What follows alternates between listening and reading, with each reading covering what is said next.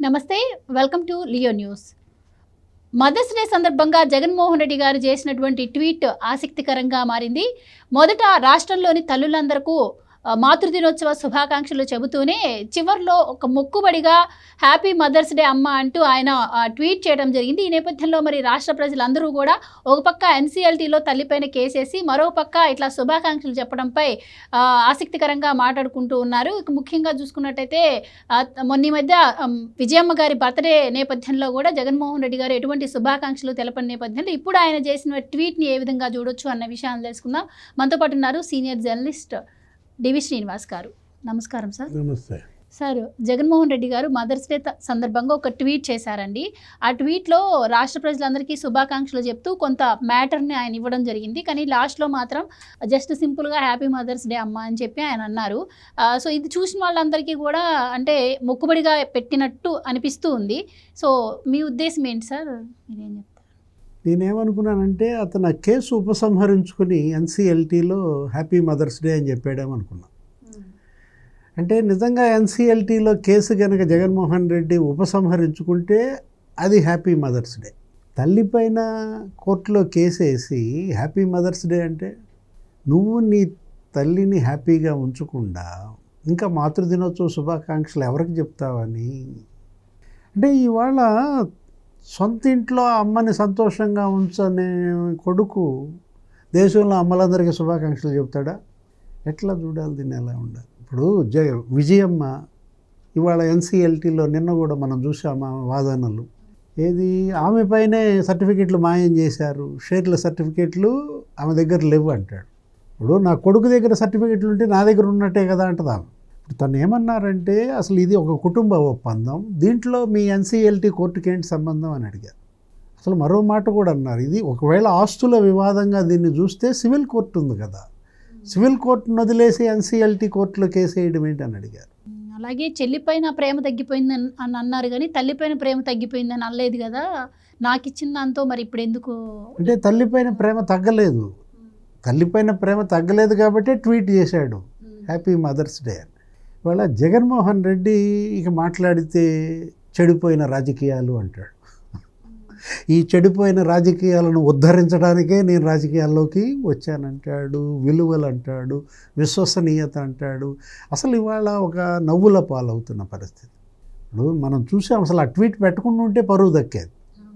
మాతృదినోత్సవం tweet పెట్టకుండా ఉంటే ఏం ఉండేది కాదు, అనవసరంగా ఆ ట్వీట్ పెట్టి. అంటే ఆ ట్వీట్ అంటే సార్ ఇప్పుడు ఒక పార్టీకి అధ్యక్షుడిగా ప్రజలందరికీ ఏ ఫెస్టివల్ వచ్చినా ఏ అకేషన్ వచ్చినా కూడా ఆయన శుభాకాంక్షలు తెలపాల్సిన అవసరం ఉంది.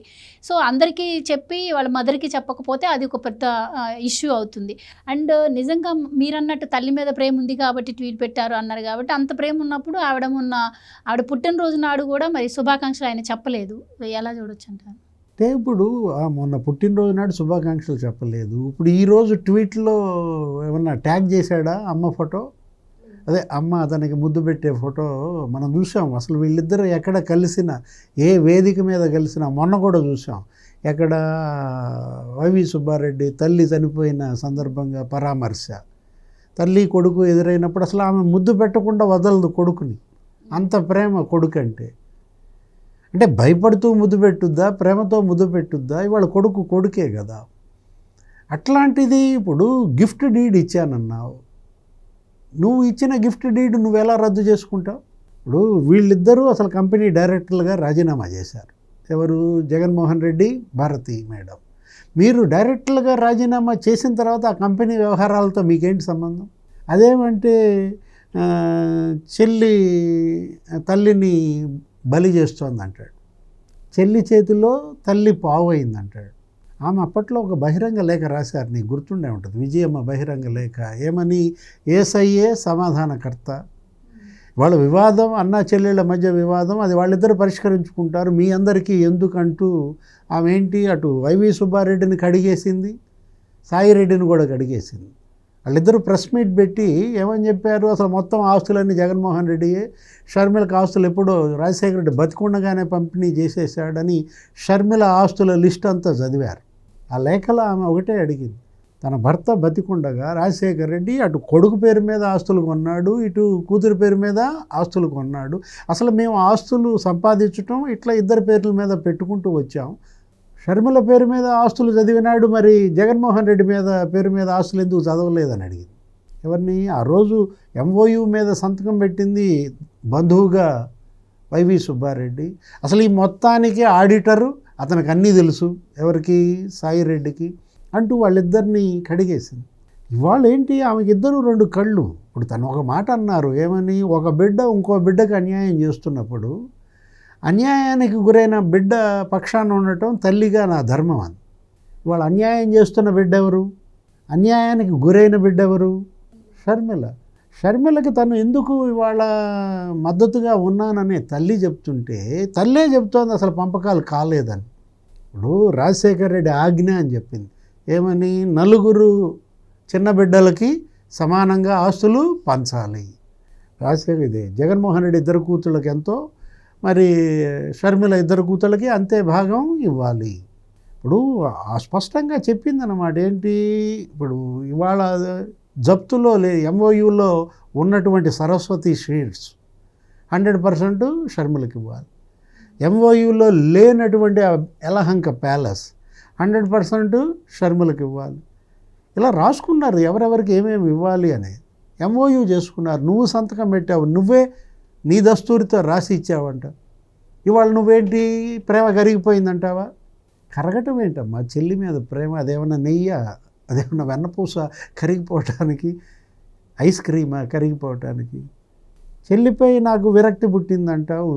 ఇప్పుడు షర్మిలపై విరక్తి పుట్టిందనేమో జగన్మోహన్ రెడ్డి అంటాడు, జగన్మోహన్ రెడ్డిపై విరక్తి పుట్టిందనేమో విభీషణ్ రెడ్డి అంటాడు. ఆయన ఎవరు? విజయసాయి రెడ్డి. ఇప్పుడు అప్పట్లో రావణాసురుడిని ఎక్కడ కొట్టాలో చెప్పింది విభీషణుడే రాముడికి. ఇప్పుడు వరుస పెట్టి మొత్తం అన్నీ జగన్మోహన్ రెడ్డి గుట్లన్నీ ఆయనే చెప్తున్నాడు. ఎవరు? విజయసాయి రెడ్డి. వెళ్ళి షర్మిలను కలిశాడు. ఆ రోజు ప్రెస్ మీట్లో మాట్లాడిన దానికి క్షమాపణ చెప్పుకున్నాడు. అంతా అతను చెప్పిందే నేను మాట్లాడాను, అతను మరి చంపుతానంటే నేను ఆ ప్రెస్ మీట్లో మాట్లాడానని చెప్పాడు. ఇప్పుడు ఇవాళ ఒకటే అందనమాట, ఏది?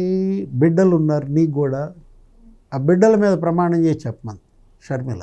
ఎవరిని? వాళ్ళ బాబాయ్ వైవి సుబ్బారెడ్డిని, తన బిడ్డల. అంటే ఇవాళ షర్మిలని అన్యాయం చేసిన అన్నగా జగన్మోహన్ రెడ్డి ఏ చెల్లెళ్ళను ఓట్లు అడుగుతాడమ్మా? తల్లిని కోర్టు బోన్లో నిలబెట్టిన కొడుగ్గా ఏ అమ్మల ఓట్లు అడుగుతాడు? అతనేంటి ఆ బహిరంగ సభల్లో ప్రచారంలోనో లేకపోతే మాట్లాడేటప్పుడో ప్రెస్ మీట్లోనో అమ్మలారా అన్నాడు అనుకో, దడుసు చేస్తారు. ఏది మెమ్మని కోర్టు బోన్ ఎక్కించావు, మమ్మల్ని అమ్మ అనొద్దంటారు. చెల్లెళ్ళారా అని అంటే చెల్లెళ్ళంతా దడుచుకుని వస్తారన్నమాట. ఇవాళ నీ చెల్లికి వచ్చినటువంటి పరిస్థితి అంటే అతనికి ఒకటి ఏంటి?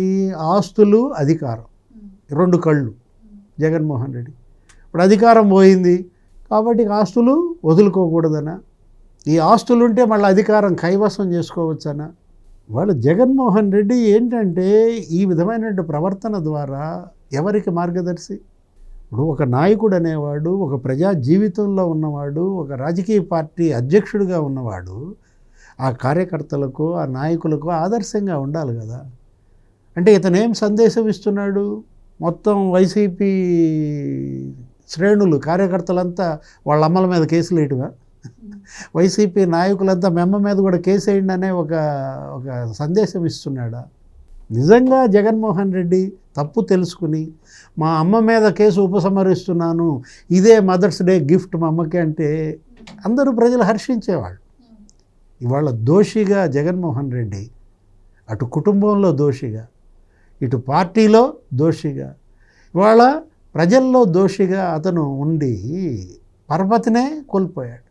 ఏ రకంగా ఇంకా అతన్ని నమ్ముతారు జనం? Right sir, thank you so much. Please subscribe to Leo news for more videos.